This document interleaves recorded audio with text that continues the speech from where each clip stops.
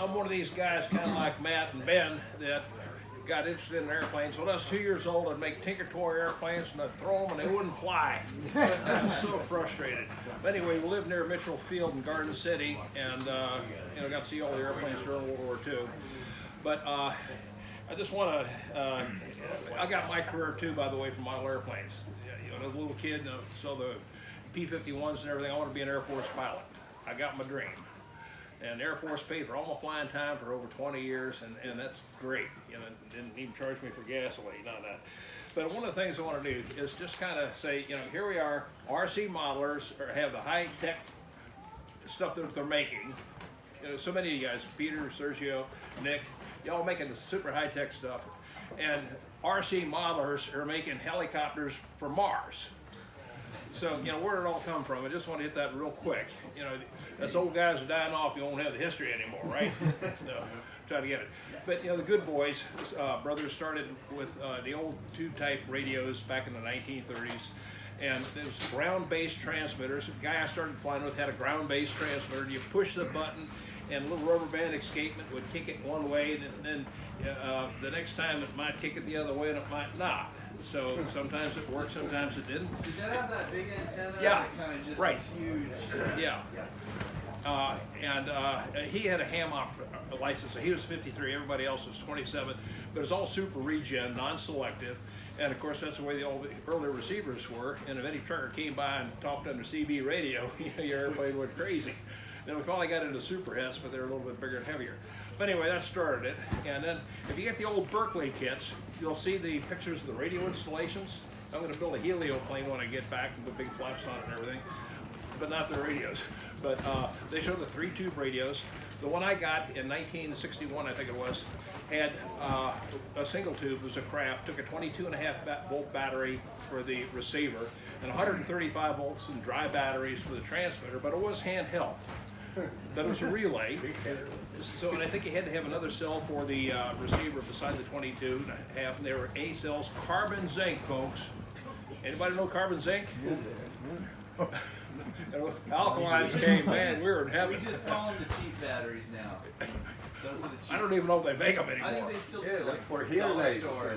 Oh, there's silver zinc. This is carbon zinc. Yeah, they're the cheap ones, like dollar store batteries. No. But anyway, and then you had to have 2 or 3 more AA batteries to hit the little solenoid on the magnetic actuator, which would pull this thing in, and the rubber band would twist it 90 degrees to give you control one way. And I had a Berkeley escapement, never got it working. Then I got a Babcock. And man, every time you hit that one time, you get right, you hit it twice, and you get left. And you had some of them you could bump it and get up elevator, and some of them you could even change the throttle on. Then you went to Galloping Ghost with the Rand actuators, and they took 4 cells that just sucked power like you wouldn't believe. But by that time, we were finally into NICADs. I never did get those working right, but about the same time, we got into 3-volt relayless receivers. And you had the Adams actuator, and with that, you had to drive the current each way, so you had to get a switcher on the little 3-volt. You know what I'm talking about, Sergio? Oh, yeah. So it'd kick it one way and the other way. Yeah, Then, get the rubber band engine spring loaded. yeah, well, you could do that. But then Bill Alden came out with a real small receiver, a real big breakthrough in the early 1970s. And they had a Bentert actuator made in Germany that was magnetically loaded. So it was no load, you'd get magnetically pulled to the right, and then you put the signal on and go to the left, and you had a pulsar, so it on evenly. On the old Galloping Ghost, you could increase or decrease the pulse rate, supposedly get up elevator. I never could. But anyway, this is kind of the height of technology. I built this in 1967, and it's got a Albin receiver and a Bentert actuator in it. Again, magnetically loaded. This was the NAT that was designed in 1964 RCM, and they used a relay to as an actuator for the rudder on the original one. But I've flown this quite a bit, and during Vietnam I had to go over during the Tet Offensive, and I brought it with me. So I flew this in 1968 in February during the Tet Offensive, Cam Bay. So it's been a long history. I lost it one time and found it a few months later. But still around, still flies. I flew it about, I think, 10 years ago, but it's still functional. But you have to use pulse. So RC progressed, and of course you got the reeds. where you had a certain frequency on the reeds, then it would kick an actuator, and you had self-centering actuators on rudder, elevator, and ailerons, right? So and the rudder and the motor was not self-centering, so you could just bump it up and bump it down. So you had these little reeds, and you had to kind of pulse them to get a gradual turn. And then you had digital, initially analog, citizenship analog, very slow, very terrible, very heavy. And let's see, I thought I did I? Yeah, here they are. Here's an example of a radio. And this is kind of one of the newer ones. Pass that around. But how'd y'all like to put that in your airplanes? Then he came out with digital, and they were very quick and precise. And EK Logitrol had it where you could have the full voltage on the servos instead of half on each. So you didn't have it. You could get down to 3 wires, as I recall, in the servos. So it came along, and then about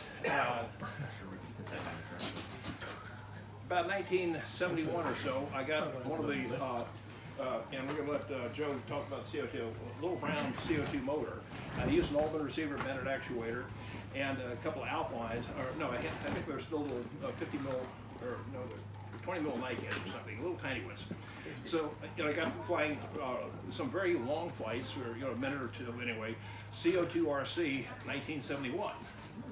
So then of course we progressed from there. And in '73, I was going to Hawaii and stopped at a trade show and met Bob Boucher from Astroflight. And I asked them, they had the Astro 10 that took 18 volts and to charge it. And you never had 18 volts. So I said, we need something with 12 volts. So you plug it in your cigarette lighter and charge. So he said, we're working on this Astro 5. So he sent me one, and I designed this airplane for it. This is a Junior Skylark. And it would barely fly, but it was a piece of junk.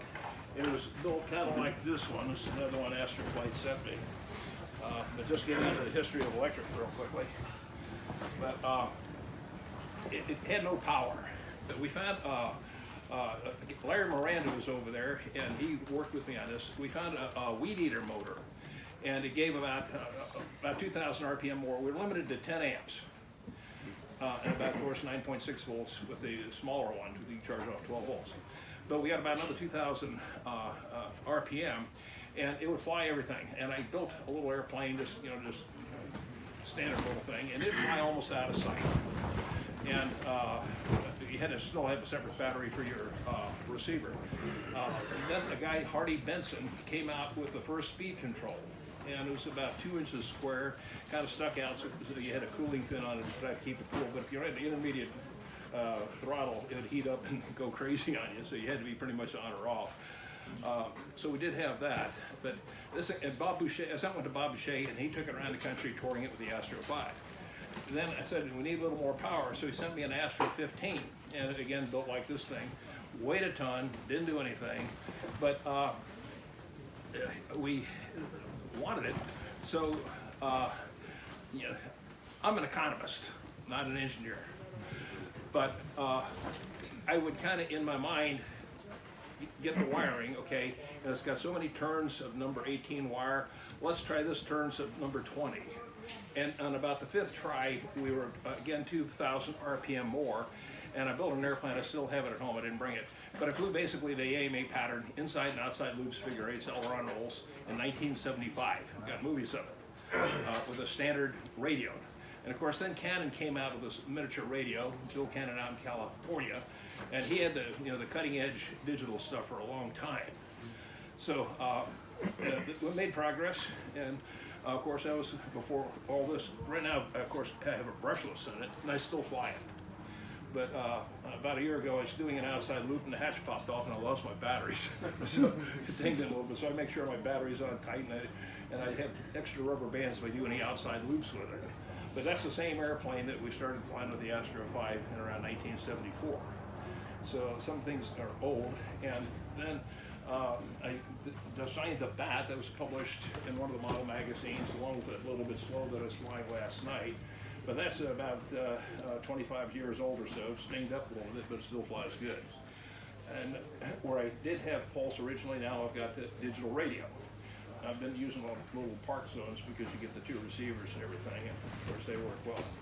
But I just want to kind of give credit. We're going, from the 30s getting up about the 1990, and of course, then we got the light polys, and that was a total game changer. As far as the duration, I've got my notes, but can't see in this light very well anyway, so I'll do it off the top of my head. But we started making little airplanes, and the CO2s are very small and light. And one thing I bug people, and Nick will testify to that, I got with Fritz Mueller and just bugged him to death to get the aspirin made smaller and smaller and smaller, and finally he was down to 2.6, and had airplanes flying on that. And Nick and I were swapping records all the time on that. He was doing electric. And finally, again, when the light polys came out, that kind of killed setting the lowest weight with the CO2 because you had the tank plus the battery. But with electrics, with the light poly and the all that, you could just use the one battery for the motor and the radio. But this, Joe, that was a 0.7 cubic millimeter. 0.7, yeah. Stefan made 2 of these, I think, and that's one of them. But aren't you glad you don't have to fly with that anymore? Well, I'm saying, so many, what I want to get to here, there's got kind of a chain from the good boys, to Peter and Matt and everybody else, where everybody's contributed along the way. John Worth, he got us into shredder receivers and the CTO radios. Remember the CTO? That was kind of a big breakthrough for small light radios. So it just came a long way, and Astroflight did quite a bit, but of course then right now with the light polys and the brushless, it's going to hardly get better. Of course, there might be some more battery breakthroughs, and probably Matt knows something he won't tell us about that now, too. Maybe Petter knows something you want to tell us about. Fortunately, no. Okay. Oh, okay. Fuel cells. Yeah. But anyway, Nick's making the small stuff, handmade, ultra micro, smaller than anything you can get. And right now, it's just as far as making the small airplanes, Ben gave me this one little tiny motor, I think a 3.5 millimeter or something with a can taken off of it with an IR system. Man, I just couldn't see that. My hands wouldn't work anymore. So I gave up, went to duration. So I had that a little bit slow, so I kind of modified it a little bit. And I started doing some testing. And again, here's the key. If y'all want to get into duration, you can. And I didn't have any fancy lab or anything else. I don't have an engineering background. But I tried every chord. I used kind of the standard free flight airfoil. Different chords, different wingspans, and just found out what would fly with the least amount of energy as far as the airframe. And so using the rubber band technology on that, but using the electric motors. And Nick, you don't know why I selected your receiver, do you?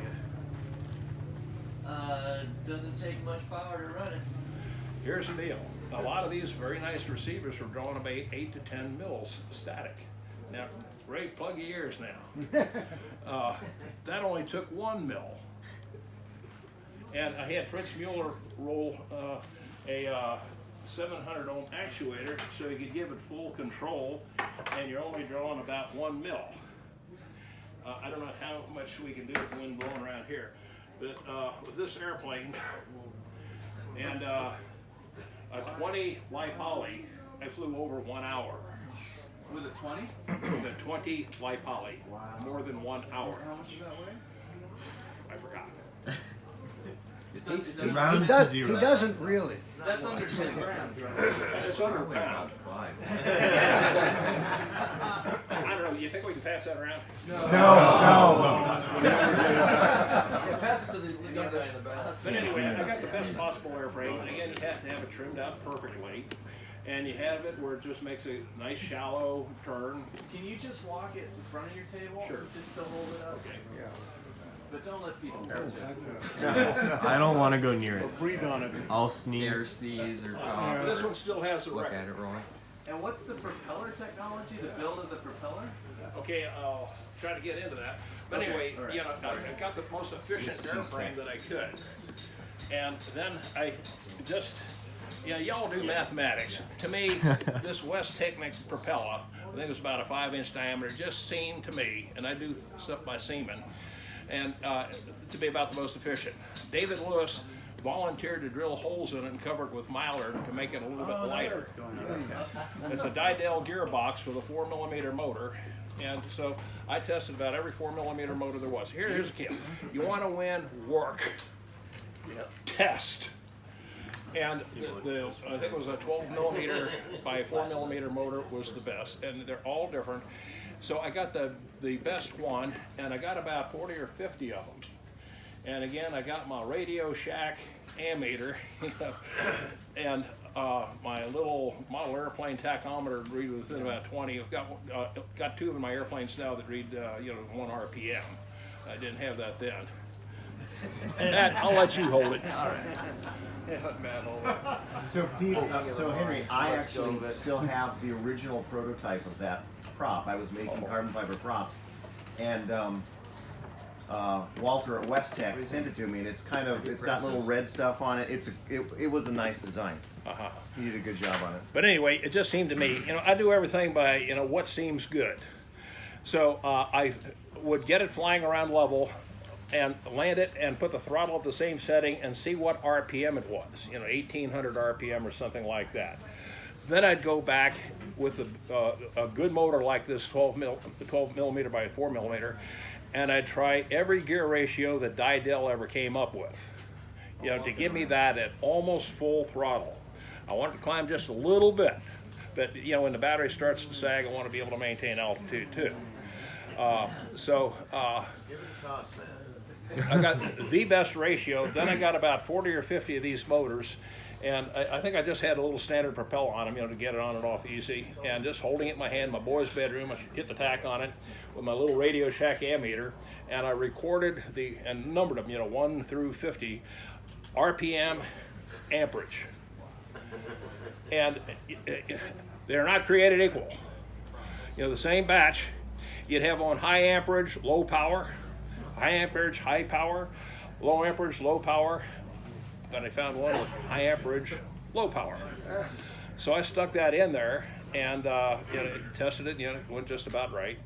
Now I did not do any selecting on the 20 lipolys. I think I bought it from you, Nick, and it was just random because I was afraid if I tried cycling it, I'd lose some capacity.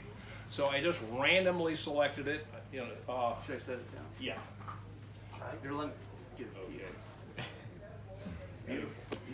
Guy in Texas said I let hold one of my airplanes, and he shook like that. He just about snapped it in half. I was galloping ghost.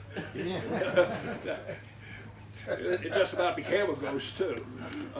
But anyway, just put it all together, and we went to Lakehurst, and I tried the open first, and something happened with the airplane. I think I had to land in about an hour. Ray, were you there that time? Yeah, this is when we. No, had that was the 56-minute you were there. That was the NICADs. It was before LIPO. Okay, but I think you were there when I did the 56 minutes. And then Ray and I kept swapping records. Yeah. I'd beat him, and he'd beat me, and I'd beat him, and he'd beat me. I'm going to give him. So here's how you can understand what he's done. Best I ever got out of that newer electric of mine was a half an hour, so twice as good. Okay, now you young kids are dumb enough to think you can do anything. So you can No, try I it. know. Us guys are old enough to know we can't. But anyway, one of my goals, Ray, was to try to set the record so high that you wouldn't go challenge me and I wouldn't have to go back to Lakehurst. And you sure did it. Yeah. But anyway, we landed on that, and then we flew this one and got an hour and just over a few seconds over 1 hour. And still had enough control to come in and land. And then we went to duration, open duration. And I set it 4 hours at the Nationals, but they didn't have the event anymore. But my motor died. I had to use a backup motor, which wasn't as good. So it's just a standard old can motor, junk. And just one cell. I think it was about a 600 bipoly. And we got 6 hours on it, but it was getting dark, and everybody threatened to quit on me. All my timekeepers going to quit. So they said, we're going to go home if you don't put that thing down. And that was about 5:45. I said, please let me get an hour. 6 hours. Another 15 minutes, please. Okay, and then we're going home. It was getting dark, and you could barely see. So we were going to eat. Huh? It was more important. We were going to go eat. Oh, okay. But anyway, the time came, and 6 hours, I chopped the power, so in just a few seconds, I probably had another 45 minutes, an hour left. So it's easy to do that. Now, what's the limitation? The battery? No. Bladder. You must start dehydrated. And the other thing is, after about 4 hours, I just went bug-eyed. I got double vision, looking up at Lakehurst and all that. My eyes were going crazy. My neck was killing me like You don't that. lie on the ground or something? No, Not in Lakehurst. huh? No. That's pretty dirty. Pretty dirty. Oh, Very. this is in a dirigible hangar? Yes, the Hindenburg hangar. Yeah, Tustin, they put concrete, it's a really Yeah. nice floor. And then, of course, you're on a carrier platform too when you do all this. So you could go land on the floor and gain a little bit. But anyway, at one point after about 4 hours, I said, I can't stand this. I can't see anymore. So I looked down and said, tell me if I'm about to hit the wall. So I just kind of closed my eyes, rub my eyes and rub my neck and everything. So it's getting close to the wall. I started flying again. But anyway, that's kind of the history on that. But it's fun, to set a record on that. But the thing of it is, I'm not an engineer. Just do what seems logical. And it's not expensive equipment, and you get a $10 meter at, of course, Walmart now, or AutoZone. So Do you keep like a really rigorous notebook with notes and about when you test things, or you just kind of remember? only on the motors and gearboxes. And remember it was 1800 RPM or something like that. But every gearbox, I tried. And of course, if it didn't work, I kind of forgot about that. But all the motors had numbers, and they knew exactly what I'd get out of the motor. But as I say, I might have had a good 20, I might have had a lousy 20. But just to make sure. And by the way, you confided in me here, I think last night. Every time I broke his record, he thought I was using nickel metal hydroxide.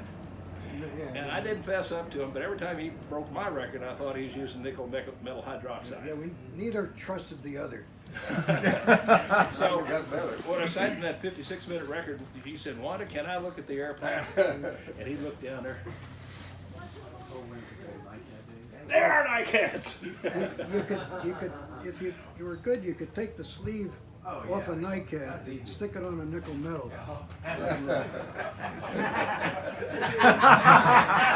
But we didn't. How do you know that? You're on. As I said, Ray, if you cheat, you don't get any satisfaction out of doing a record. But some people get it out of cheating. Yeah. But anyway, we got a total of 7 records on that. I got current limited and open. But I'm challenging y'all to try to break them now. I'm 77. I'm not going to go back to Lakehurst. I'm too old. Can't stand there for 7 hours. I at least have to sit down. Go ahead, Nick. I'm gonna tell you, my latest receiver's 1/4 the weight of the one you got on there now. Okay. Here's the deal. Don't even need a new plane, just new receiver. Airframes are good. Weight is good. But I will sacrifice a little bit of weight to get efficiency.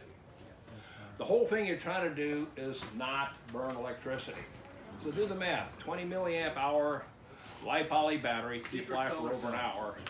What's my average current consumption? 20 million. Well, I'm still using about 1 mil for the receiver. But see, if I'd been using 10 mils for the receiver, It's the same receiver, it's just miniaturized. okay. Same But receiver, what I'm same- saying, a tiny bit of weight here and there isn't going to do it.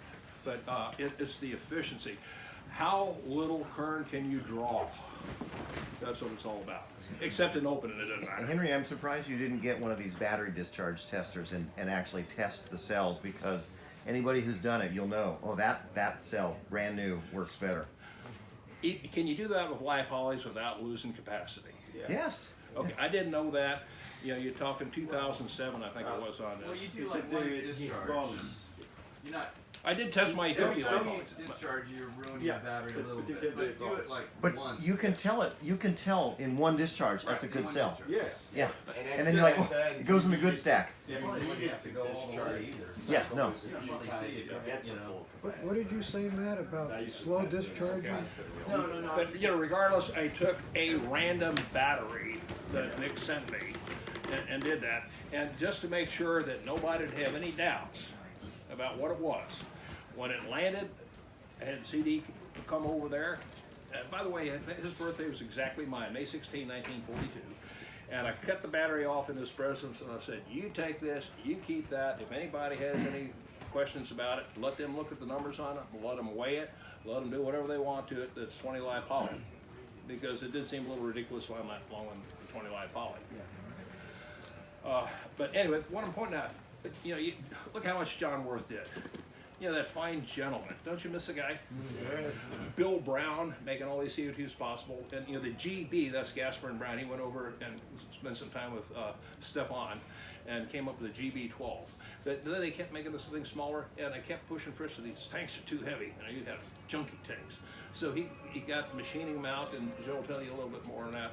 But you know, we pushed them smaller and smaller and smaller. Nick, I got on your case. You don't quit using 2 cells. I want a receiver with 1 cell. And I bugged this guy. I harassed him. And he came up with a 1 cell receiver, and you get the one little tiny silver oxide. Because with a high ohm actuator, you know, 200, 300 ohm actuator, you have plenty of power for these little airplanes, and you don't do any current. So you can get by with a little silver oxide. And you know, first made a little wire switch that was good for that, and battery boxes. And of course, Nick has just taken it to the level. He's going to talk to it later.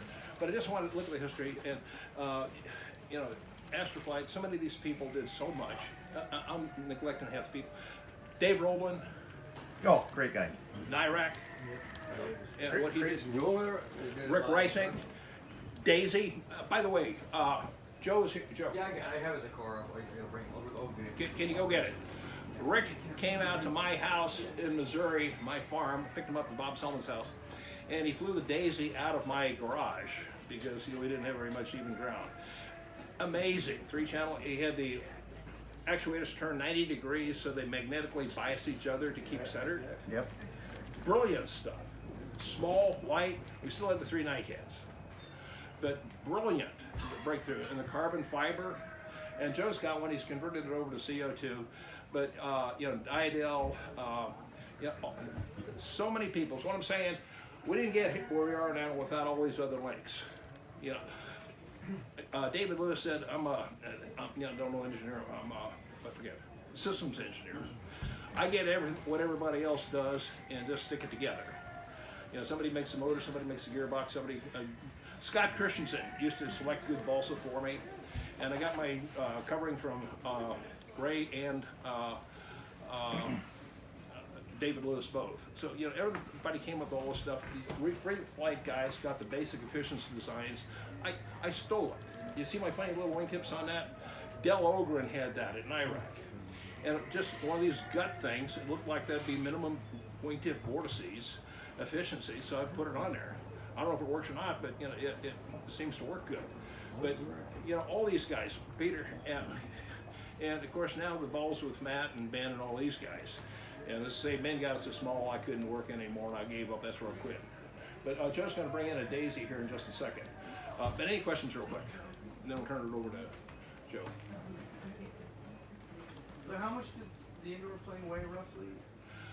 I forget. Drag this out of my It's less than Probably 5 or 6 yeah, grams. 5 or 6 a few grams. Okay, this is Rick Rising's design. Except he had his radio, he's got these magnetically biased actuators on the thing. Self-centered. If you flew beautifully, fly it in a small area, fly it slow, you can take that out in the wind and fly it. Of course, Joe stuck CO2 on it. But you know, Rick was a big key on all this stuff.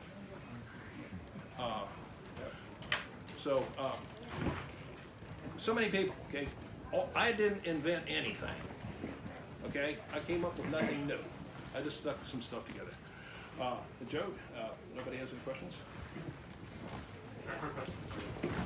Where do you get the CO2 stuff nowadays? Well, I go to a welding store, and I get a 20-pound bottle.